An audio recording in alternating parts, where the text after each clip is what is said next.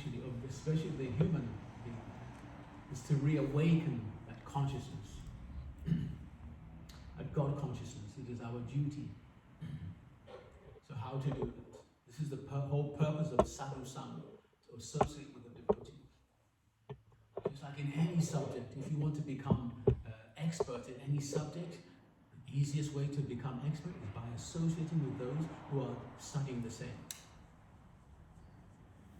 subject matter. So association is very, very important for our progress. It's just like if you have a candle, if you have many candles and they're all with no light, and then one candle has a light, that one candle can light all the other candles. So the candle with the light is not different from the other candles. The only difference is that one particular candle has a light. The others do not have a light. They are made of the same constitution, but they have no light. So it is the duty of the devotee to bring light to the darkness. Now we are completely immersed in darkness. Avidya. So darkness is the cause of suffering. Darkness means ignorance. That's right. Just like if you are in the dark, if we turn the lights out now, you'll be bumping into the wall, bumping into each other. So much distress. As soon as you put the light on, you can see everything clearly. So where there's light, there's no darkness. So it is our duty to bring light, to reawaken the light. So Krishna consciousness is that light. And ignorance is darkness.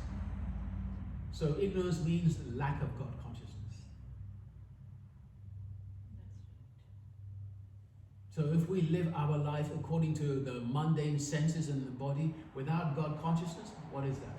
This is called animal consciousness. So now we see in this world, in the whole world, there's so many, every country there's war. Somewhere there's war.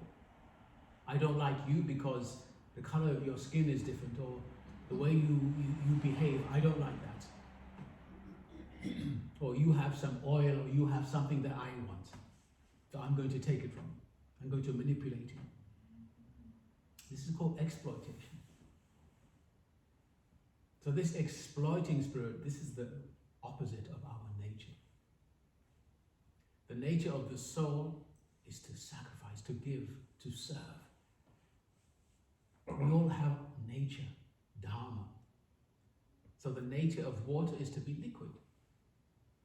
The nature of fire is to burn.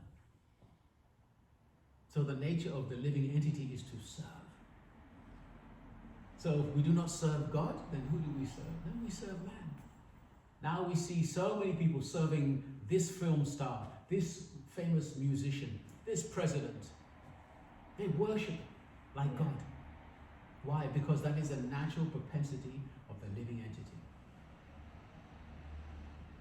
So if you remove God from the equation, then you still have the spirit of service within you. So you have to serve something.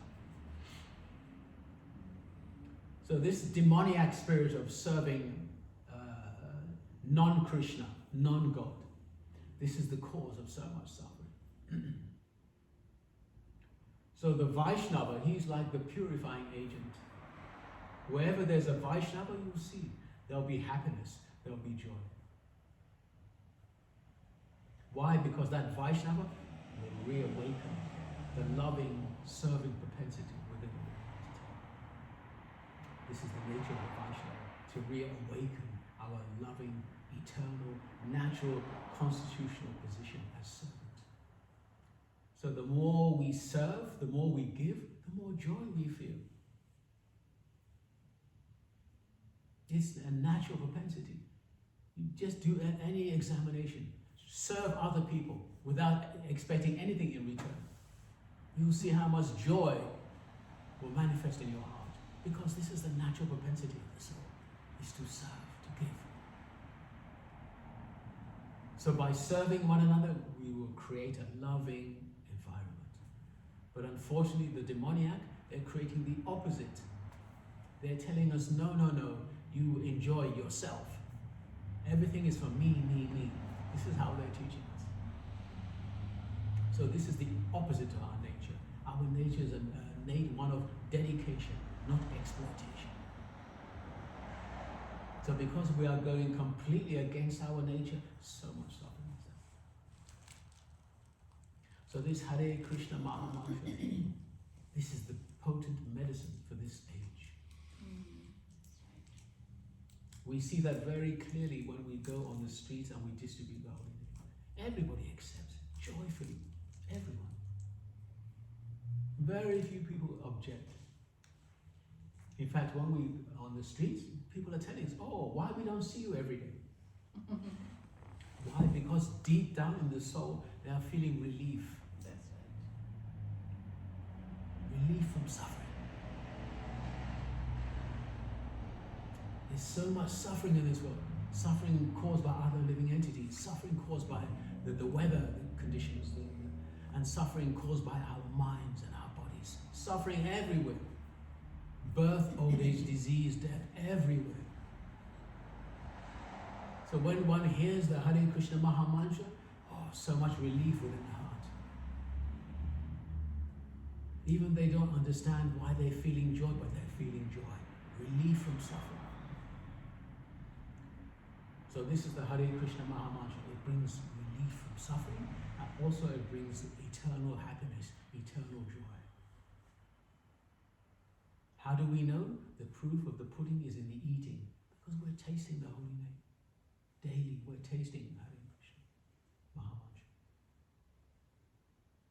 So we have to dedicate, the more we dedicate our life to serving the holy name, to serving Krishna, to serving the Vaishnavas, the more we shall receive eternal happiness, joy. So it is our duty to save ourselves. Just like if everybody's drowning in the ocean, better you save yourself first, put yourself in a secure position, then you can look out for others and stuff. But if you're drowning and they're drowning, how you anyone?